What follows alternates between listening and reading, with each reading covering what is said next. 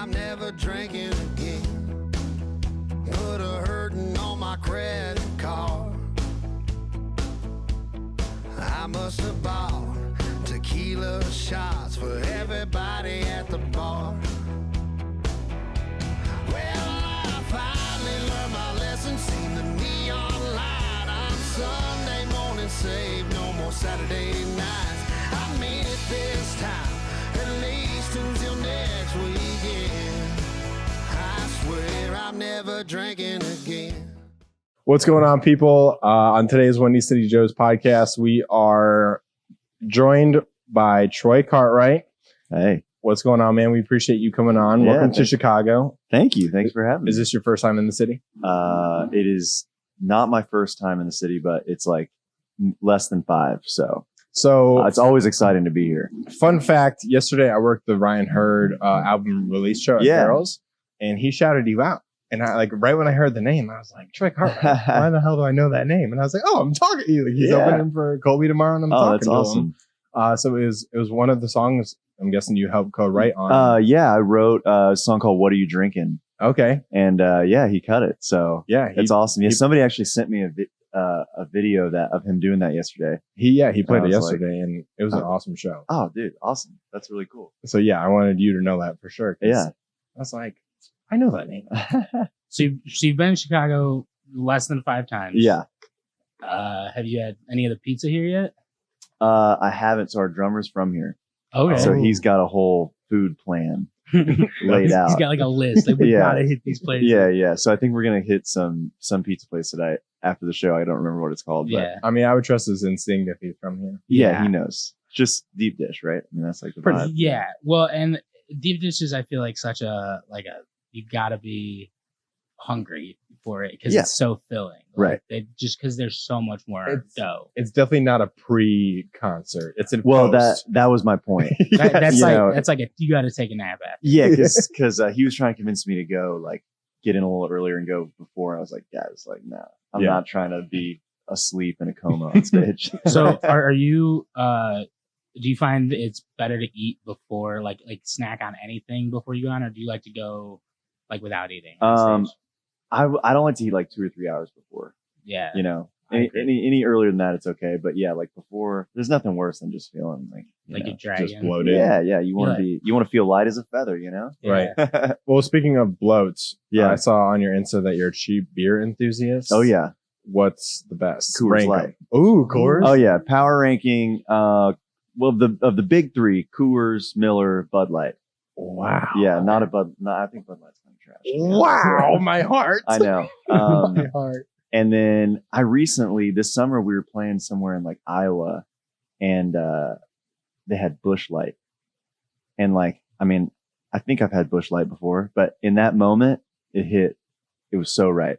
It was really, really good. So I don't know where to put Busch Light because it's my ranking system. Personally, I'd put it above Bud Light. Okay, yeah, oh, absolutely. Well, because it's just I feel and it's made by Anheuser-Busch, so it's made by the same people. But for some reason, they made it way better. It does. It does just taste better. I'm sorry, I can tell I'm hurting your feelings because right now. You can get Busch Light out of the faucet at home. To me, it's just water.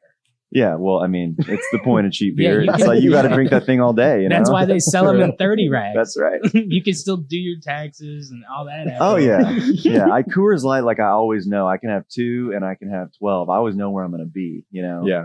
So that's the nice part. Do you like Coors Banquet? Yeah, it's fine. I really prefer light beer. I don't know why. No, that's somebody tried to get me into IPAs at one point. I was like, dude, I'm not trying to eat a piece of cheesecake.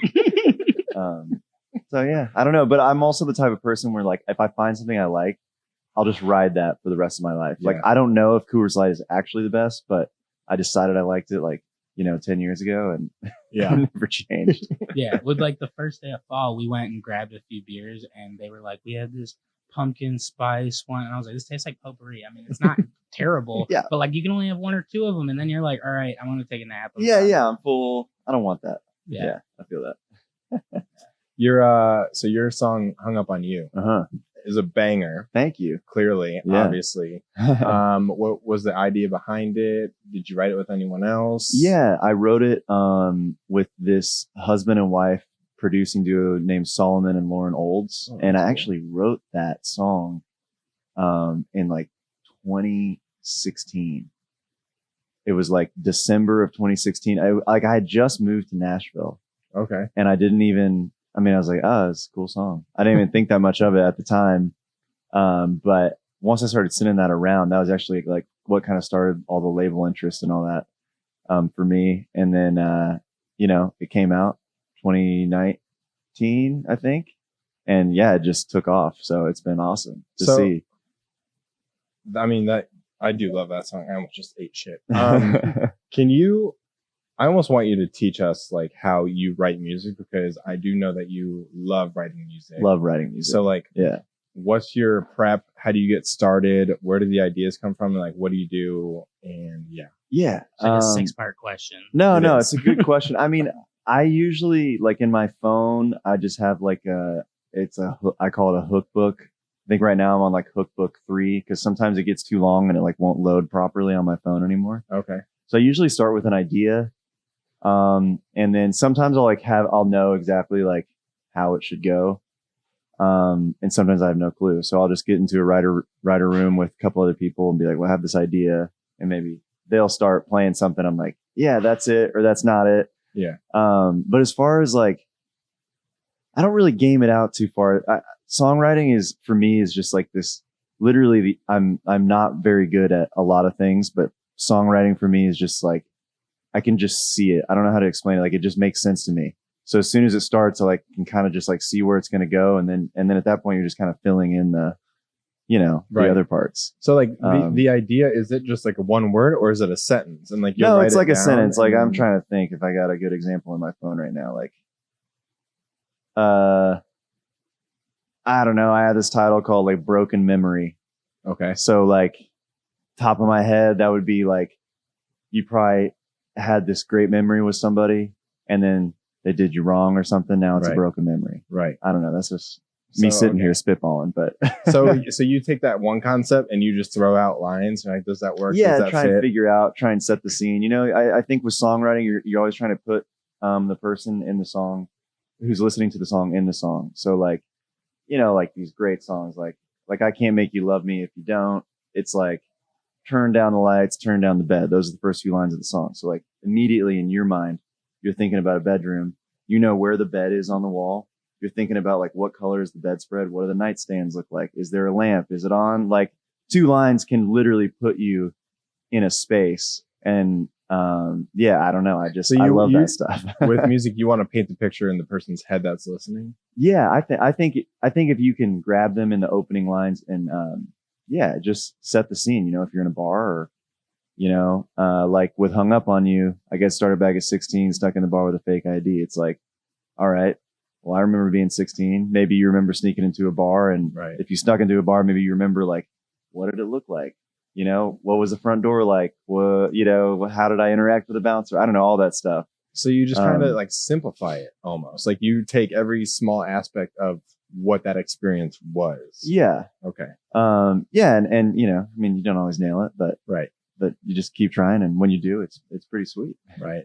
No, I mean, it's working out. Yeah, it's working it's out, good. Yeah, that's awesome. Yeah. I mean, we're not about to try and write a song anytime soon, but I'm just so fascinated by the entire process, because the artists that we've talking to, like, almost everyone says like it starts with an idea, and I'm like, what the fuck does the idea mean? Right, like, right. Is it one word or a line? And then it's like, some people will hear a line and then they'll just write down other lines and like puzzle piece it together and see if it fits. Totally. And some people like you, they're just like, oh, it just comes to me, and I'm just like, oh, there it goes. Yeah, I've certainly like done it, every which way you can, but I feel like my best work comes when it just like, I'll just sit there and write the whole verse out, and then you're like, hey, is this good? And then maybe we tweak a couple lines, but I kind of like to just let it flow. So it's definitely lyrics before music. Once we kind of have the music sorted out, like I'll just think of them. I'll try and think. It kind of just comes at the same time. I don't know. Okay. Yeah. Okay. All right. Yeah. It's like the words wrap around the notes, and you just know where they're going to go. I don't really know how else to describe it. Right. Yeah. But and our brains are wired completely different, so it's okay. Well, that was gonna be like my next question: is music writing easier than people think, or is it just because Like you have to have a niche for it almost, sort of like a feel for it. Yeah, I don't know. I guess it's hard to say. Like to me, I mean, I've been writing songs like the reason I'm not better at guitar, like I'm competent at guitar, but I should be a lot better. I've been playing for a long time, but like every time I sit down to practice, I just end up writing a song. Like, so, you know, I don't know if I'm just stubborn or like if maybe I was just like, that was what my function as a human being is, to like try and put these words together. Yeah. You know, that's how it feels, because nobody ever told me to write songs. You know, it just sort of, like literally I always joke, it's like, it's the only thing nobody ever told me to do. And I love it. And I cannot believe it's like a viable job. Yeah. I'm not really sure that it is actually, but so far it's working. Yeah. Go ahead. I was going to say, so you have 130 tour dates per year. Yeah. So what's that life like? Like you're constantly on the road. Yeah. Well, I mean, it was really weird last year, you know, because it just stopped for like a long time. I don't think I played a show for over a year, which was just like, you know, it had been a long time since I just been at home. So that was probably good on some level, like just readjust, figure out your home life and all that stuff. But yeah, I mean, a day on the road is like a great day. Cause you make progress just cause like we were in Springfield, Missouri last night and now we're in Chicago. So like already today is great cause you're driving, you just feel, you get a sense of accomplishment just by, by making it, you know, to the next city. So, yeah, I guess I don't know if you have any more specific question or just kind of wondering like what's the. No, I just imagine you're on your bus or in your car for so long. Yeah. It's just a lot of miles, but you just figure it out. There's some sort of flow state that you achieve. Like sometimes a lot of times I just like to drive because you just throw on a podcast. I was going to say, what do you listen to? Podcast mostly. Yeah. Like what kind of crime, horror? All sorts of stuff. Yeah, exactly. Yeah. He's like this one. We're like, oh my God. Yeah. I mean, like anything, I got a lot of time to listen to podcasts. So yeah, like business podcasts, like there's this podcast called The Press Box. That's like a Ringer podcast, but it's like two guys. It's like an inside media podcast. I don't even know how to describe it. Okay. A lot of sports stuff too. That's just pretty mindless. Who are your teams? I'm from Dallas, so Cowboys. Okay, so you and Colby got that. Oh yeah. Common. Yep. Okay. Yep. Huge Cowboys fan, huge Mavericks fan. And all of it. I grew up doing it. Like the Rangers have been breaking my heart for about a decade now. So I'm a Cardinals fan. So that's World Series. Thanks for that. It was like the greatest that really thing hurt. We just played in St. Louis. Actually, we were like right by the stadium, and I was like, man, I hate this so much. It's a nice stadium, and I'm a Cubs fan. So yeah. We didn't go. We just stared at it, you know. But you know, sports are fun, man. It's something to cheer for, and you know, it matters a lot. But like, it also like, you know, your team, you know, 90-something% of the time, your team's not going to win it all. So you know, that's a good way. Just kind of how it works. Yeah, especially because you think about there's so many cities that have two teams. Exactly. That like there's a lot of teams out there. So like the odds that you're gonna win every year, like I don't know, the Yankees. Well, I mean, it's like usually a 1 in 30 or 1 in 32 chance. You know, let's see if Tom Brady. Yeah, apparently. Apparently. What was it like when Rolling Stones hit you up and they're like, we want to put you in our magazine for 10 country artists you need to know? Yeah, I mean, it was awesome. It was cool. I remember doing like the interview or whatever. Like somebody gave me a heads up, like, hey, this person from Rolling Stone's gonna like call you or whatever. So yeah, I mean, it was cool. It was like kind of like this, I guess, you know, just talking about yourself, which is always a little bizarre. Were they more professional than us? No, not really. It was pretty chill. Yeah. We're as professional as Rolling Stones. Yeah. Yeah, we are. There you go. I've been saying that since day one. Where'd you start playing? It said like dives and honky tonks? Yeah, like so I grew up like playing in church and stuff in Texas, in Dallas, and then I went to college up in Boston, and I did some shows there like in college. I went to music college, but I didn't really know what I was doing yet. And then I actually did an internship in New York working for like a musical royalties company. Okay. And I was like, man, this sucks. Like, I don't want to do this. This is not it. So I was like, all right, well, I'm young. I can afford to be broke. So I just moved back to Texas and just started playing shows. I mean, like everywhere, anywhere, coffee shops, bars, like sometimes we drive like 6 hours, play for like 4 hours and then drive home all in one day. Jeez. But I don't know. I love it. Like clearly I like being on the road. So, just kind of built it up from there. How'd you piece your band together? Yeah, I've had a few different iterations. So, I had a great group of guys in Texas. Then I moved to Nashville about 4 years ago. And then these guys, I found the drummer through another artist, Jameson Rogers. His girlfriend, now his wife, but at the time it was his girlfriend, was playing a show in Nashville. So I went to that show and my drummer was there hanging out with Jameson. And I was like, I don't know, this guy's, he's he said he was a drummer. I was like, oh, he's got a cool vibe. And like a year and a half later, I needed a drummer and I called him. And he started playing with me. And then I was like, well, who do you like to play with? That's kind of how it goes. You find one guy and you're like, well, who do you like? Right. Cause like if I like your vibe, I'm probably going to like, your friend's vibe. So yeah, just kind of piece it together like that. And, I mean, you try and keep everybody together as long as you can, but like, like if somebody huge calls up your guitar player, it's like, you get it, it's just like, it's the way it is. And hopefully one day I'll be big enough to call whoever I want. Oh, I'm sure, man. Yeah, I'm sure. So, especially with your writing. Well, so what was the adjustment period like before from Texas to Boston? Because they're very so bizarre. I mean, I was like 18 also, so I think it was really good for me overall. I would recommend to anybody, like if you have the opportunity to just go live somewhere with people who are not like you at all, it is so good for like making you a more complete human being.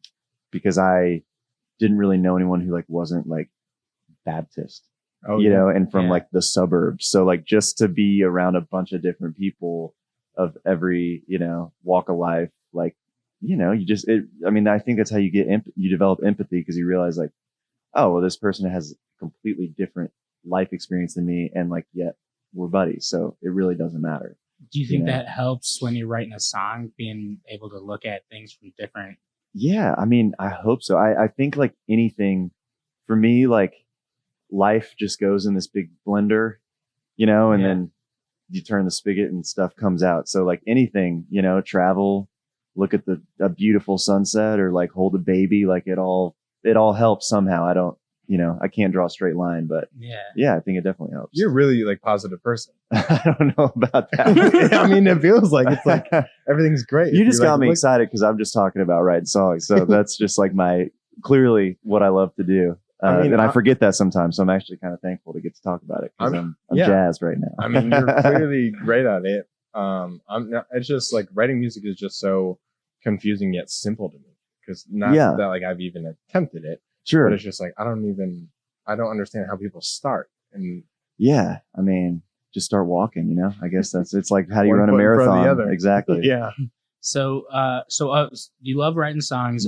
Of the songs that you've written, what's your favorite to play? Man, that's kind of like picking a favorite child. There are just ones I like for, for different reasons. We have a song, that we're going to play tonight called Shoulders. It's kind of like about,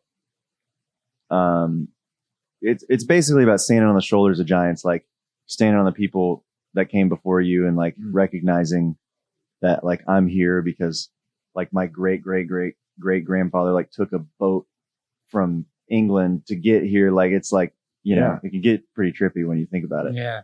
And just being thankful for like, my family and for all those experiences, like, it's sort of like a thank you letter to everybody like in my life now and, who came before me for, making it happen. Like I feel very blessed. That's a cool ass idea. Yeah. That's a great way to look at it too. Yeah. And then like, I mean, playing Hung Up on You is fun because people sing along, and we just put out this new EP last week. So just getting to like showcase those songs and like just trying to, you're scanning the audience, trying to see if anybody knows it yet, and so it's fun.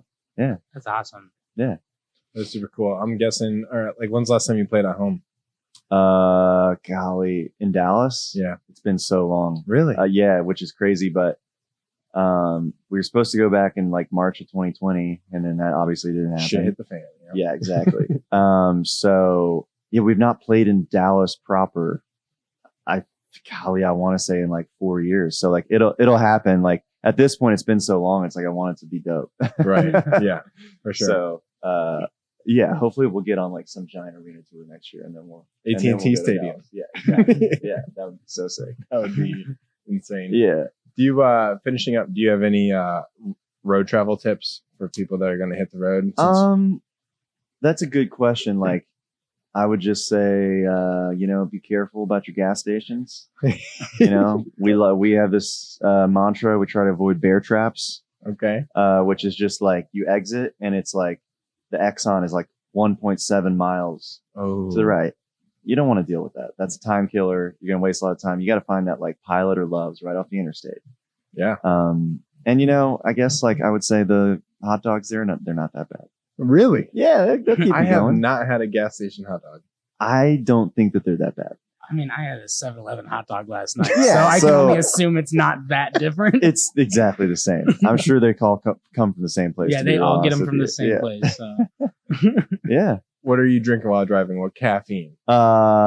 Usually coffee, but sometimes you just can't find it. Like, which is literally this morning we went to a gas station and they were out of coffee. Like, how is that even possible? It was 10 in the morning.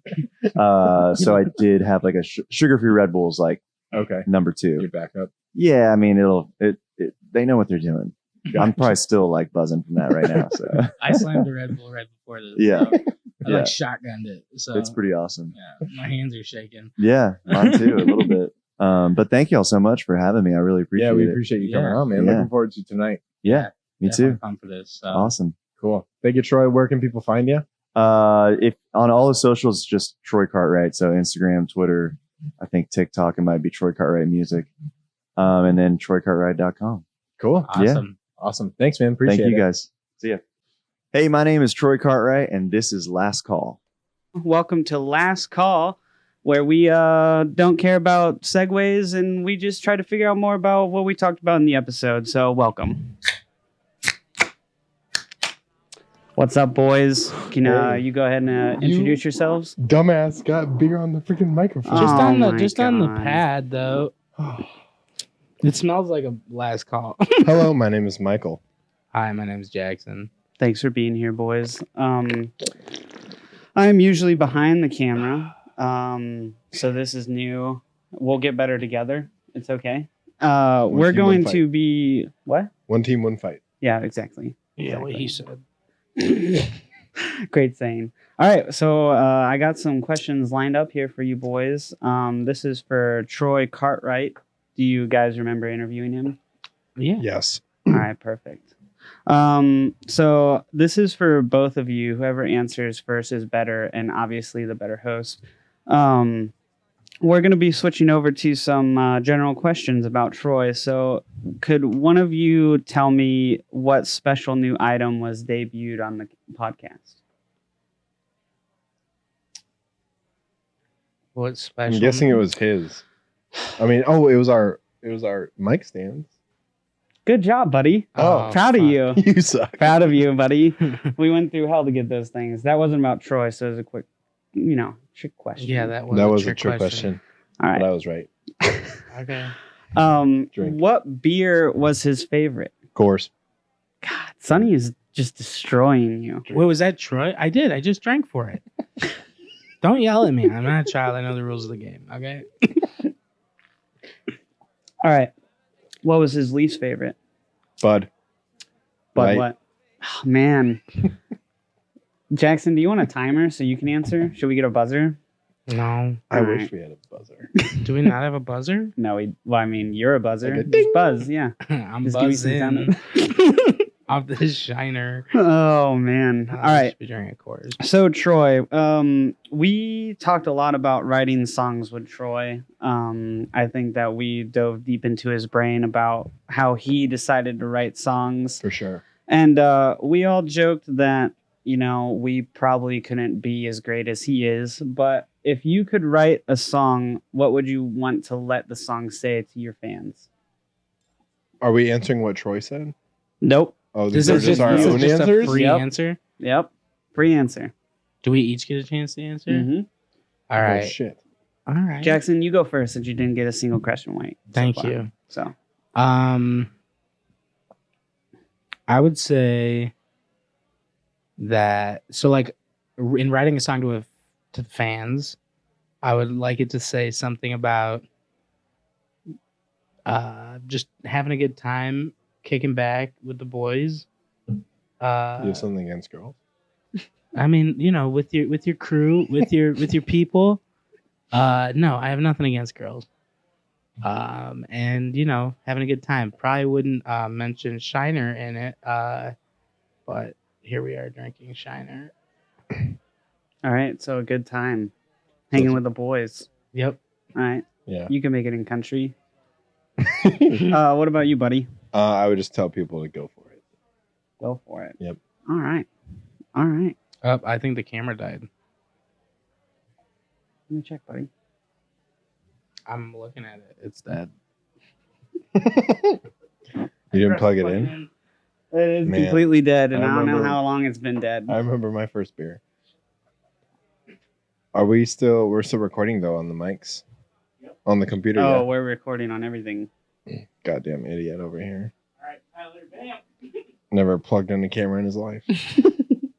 So while we're waiting on camera to come back to us, should we talk about more questions? Yeah. All I'll right. answer for Jackson. Okay. That'll be easy because he doesn't know how to answer. So besides writing songs, something that stuck with me that Troy said was only thing that no one ever told me to do, and that was what he was talking about when he was speaking about writing songs, and that's why it came so easy to him and he enjoyed it so much. So is there something in your life like this, the only thing that no one ever told you to do? Something that nobody has never told me to do. Yep, something you do no one has told you to do. We got a camera back too. Thanks, bud. Man. Oh, that sounds like a you problem. Man, that's a hard question. I know. I can answer this one. Go ahead. Something no one ever told me to do was just like making people laugh. All right. That was something like I've told you to get on stage like 20 times. What are you talking about? No, that's different. You told me to get on stage. I make people laugh all the time. Like, not that I don't have to be on stage to make people laugh. Whatever. Yeah, shut up. And I host a podcast, so. Never. I have no idea. I don't know how you remember that. Because no one's ever brought it up. You know what I mean? No. Someone, or I have no idea. No idea. That's okay. Yeah. Don't worry about it. I'll answer eventually. All right. So we. Shower. No one's ever told me to shower because I always smell good. No one I has don't ever told like you when- to shower. Yeah, because I don't like when people smell bad. I Right. mean, it's not like good when people smell bad. So No. I always make it a priority to smell good. All right, I drink to that. All right, that's good enough for You're me. drinking anything. Cheers. I will drink anything. I'll even drink Shiner. All right. Final insight for Troy here. He talked about how moving away from his hometown to somewhere completely different will teach you about other people and give you a sense of empathy. What did you guys notice? Anything changing about yourselves when you first moved to Chicago? You want to go first? Yeah, I mean, it was more recent for me. So I would say, but I would almost have to disagree with him moving to Chicago. It almost gives you a lack of empathy for other people. It's kind of like get out of my way sort of town. But I would say like it definitely helped me understand people from different walks of life because it's more of a melting pot than like suburban Indiana. You know what I mean? Like it was just all white people there, and like I get so much more of a melting pot here that it's nice to. It's like almost a breath of fresh air to like see people from different upbringings, from different corners of the world, come together and like, you know, like not everyone's an asshole here. So, you know, like talk to people on the train and things like that. It's pretty cool. Right when he brought that up, I was like, yeah, 100%. Like I agreed with him because, I mean, when I was stationed in Korea, I was like, whoa. It's just, I mean, I'm sure the same for you when you were deployed. Like, nah, he's not talking to me, folks. Yeah, Tyler. He's never deployed. It's insane when you're just in a different part of the world, nonetheless a state. But moving to Chicago, like my experience of the city and the people of the city, the Chicagoans. I mean, compared to other cities, people here are pretty nice. I mean, yeah, because it's Midwest, it's more. I'd say it's nicer than New York. I mean, COVID's had an impact on it. Like, I feel like nobody talks to anybody anymore. Right. No one even smiles at people anymore. Yeah, which is depressing. It's super depressing. I'm feeling sad now. Yeah. Can we move to the next question? Yeah, we're gonna move on real quick now that somehow that turned really sad. I have faith in humanity. Perfect. Well, someone has to, so let's move on to the next question. Perfect. I have no other questions for you. This is the point in Last Call where I open the floor and let you guys discuss anything that you remember about Troy that stood out to you or something you like or hate about him. It's kind of like a memorial service. It is a little bit. A little They're bit. like, Something if anyone would like to share a memory of Troy. Something that we hate about him. It doesn't have to be. No, it doesn't. It can be super You're positive. Like, perfect. He's like perfect. I can't wait to pick this dude Probably apart. that like he's a better singer than me and a guitar player. But most and people an are a better artist, singer and guitar player and a than you. songwriter. And no, Troy was cool. I tried peeling back his brain the best I could about songwriting because I know he's really good at it. Mm-hmm. And I tried actually figuring out songwriting just from that conversation. Still couldn't do it. Nope. Yeah, but also I feel like we ask that to a lot of people. Because it's different for everybody. It is. And I love hearing their process, but again, it's different for everyone. So, I mean, like you figuring it out off of his process wouldn't make sense. And also, I feel like a lot of people that are good songwriters aren't going to be great at teaching someone how to write a song. You know what I mean? They're like, I just fucking do it. Yeah, he's like, it just comes to me. It just, like, yeah. well, what does that mean? I just do it. I don't need to like teach someone. I don't need to figure out how to do it. So I think like that in itself, like it's like from School of Rock where he's like, those who can't do teach, and those who can't teach gym. Let's rock.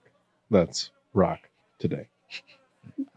Cheers. Oh, man. You heard it here first, folks. Thank you for joining Last Call for Troy Cartwright, and tune in next week for your episode. Fuck that. Don't use that. Cut that out. Edit that out.